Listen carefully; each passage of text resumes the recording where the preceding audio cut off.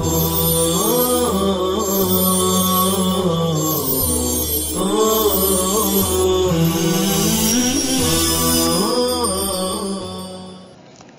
اللہ الرحمن الرحیم۔ ایسی نماز سے گزر، ایسے امام سے گزر۔ یوں تو نمازوں کی ادائیگی کے سلسلے میں ملت کئی طرح کی خرابیوں میں مبتلا ہے، لیکن ایک عام کوتاہی جو مشاہدے میں آ رہی ہے وہ یہ ہے کہ نمازوں کو بڑی جلد بازی کے ساتھ بہت ہی بری طرح ادا کیا جاتا ہے۔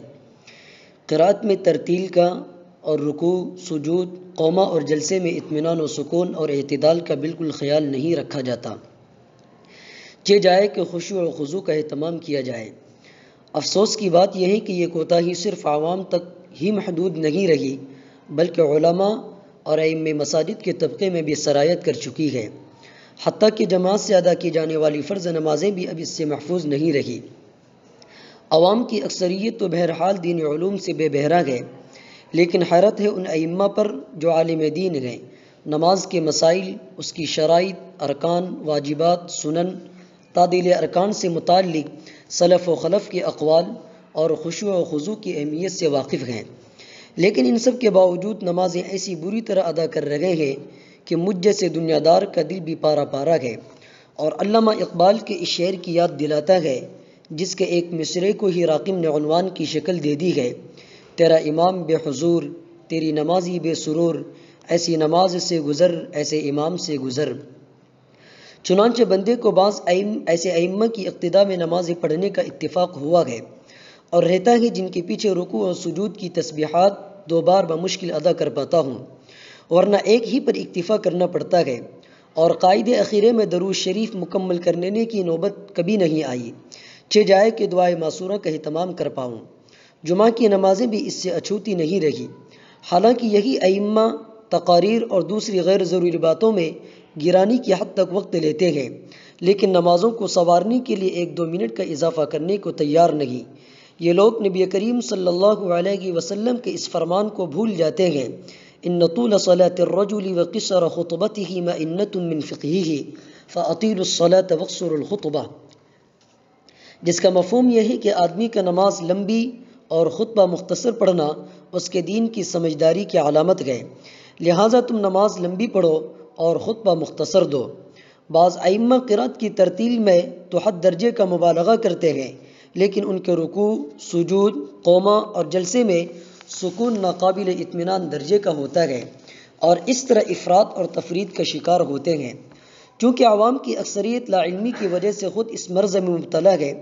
اس لیے انہیں کوئی ٹوکنے والا بھی نہیں، لیکن انہی صفوں میں دین کی سمجھ رکھنے والے کچھ حساس افراد بھی ہوتے ہیں جو اندر ہی اندر گھٹ رہے ہوتے ہیں، لیکن ان ائمہ کی اصلاح کرنے کی جرأت نہیں کر پاتے، کیونکہ یہ ائمہ ایک عام مقتدی کی اصلاح کی باتیں سننا بھی گوارا نہیں کرتے۔ خود راقم نے اس مسئلے پر قلم اٹھانے کی جرأت بڑی کشمکش کے بعد اور بہت مجبور ہو کر کی ہے، کیونکہ یہ بیماری عام ہوتی جا رہی ہے اور ہر کوئی اگر خاموش رہا تو اصلاح ناممکن ہے۔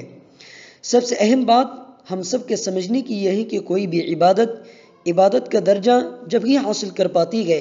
جب وہ بشمولیت ایمان و اخلاص کے نبی کریم صلی اللہ علیہ وسلم کی سنتوں کے مطابق ہو،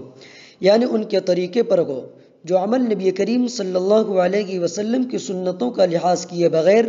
عادتاً ادا کیا جائے وہ عبادت کا مقام حاصل نہیں کر سکتا، اور اس کے نتیجے میں دنیا و آخرت میں انعامات کے جو وعدے ہیں وہ بھی پورے نہیں ہو سکتے۔ نماز کے متعلق آپ صلی اللہ علیہ وسلم نے خصوصاً یہ ارشاد فرمایا: صلو کما رأیتمونی اصلی، یعنی نماز پڑھو جس طرح تم نے مجھے نماز پڑھتے ہوئے دیکھا ہے۔ اس لیے ضروری ہے کہ ہماری نمازیں اسی ہیئت اور کیفیت کے ساتھ ہوں جیسے رسول اللہ صلی اللہ علیہ وسلم کی نمازیں ہوا کرتی تھیں۔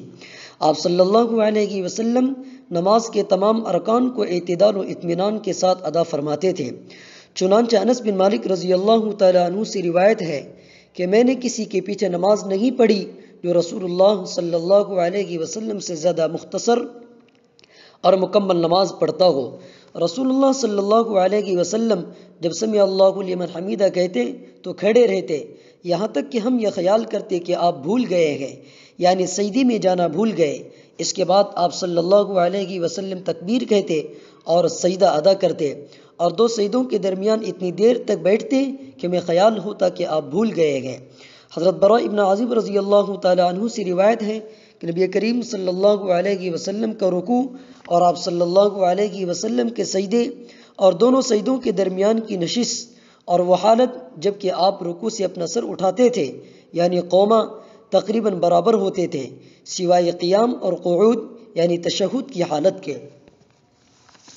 نبی کریم صلی اللہ علیہ وسلم صحابہ کرام کو ایسی ہی نماز پڑھنے کا طریقہ سکھاتے تھے۔ حضرت ابو ہریرہ رضی اللہ تعالی عنہ روایت کرتے ہیں ایک مرتبہ نبی کریم صلی اللہ علیہ وسلم مسجد میں تشریف لے گئے، اتنے میں ایک شخص آیا اور اس نے نماز پڑھی۔ اس کے بعد نبی کریم صلی اللہ علیہ وسلم کی خدمت میں حاضر ہو کر اس نے سلام عرض کیا تو نبی کریم صلی اللہ علیہ وسلم نے اسے سلام کا جواب دے کر فرمایا کہ جا پھر نماز پڑھ، اس لیے کہ تو نے نماز نہیں پڑھی۔ اس نے پھر نماز پڑھی، اس کے بعد آیا اور نبی کریم صلی اللہ علیہ وسلم کو سلام کیا۔ آپ نے فرمایا کہ جا پھر نماز پڑھ، اس لیے کہ تو نے نماز نہیں پڑھی۔ اس طرح 3 بار ہوا۔ تب اس نے کہا کہ جس نے آپ کو حق کے ساتھ بھیجا ہے اس ذات کی قسم میں تو اس سے اچھی نماز نہیں پڑھ سکتا، لہذا آپ مجھے تعلیم فرما دیجئے۔ تو آپ صلی اللہ علیہ وسلم نے فرمایا کہ جب تو نماز کے لیے کھڑا ہو تو تکبیر کہہ، پھر جس قدر قرآن آسانی کے ساتھ پڑھ سکے وہ پڑھ، اس کے بعد رکوع کر یہاں تک کہ جب اطمینان سے رکوع کر لے تو اس کے بعد سر اٹھا یہاں تک کہ سیدھا کھڑا ہو جا،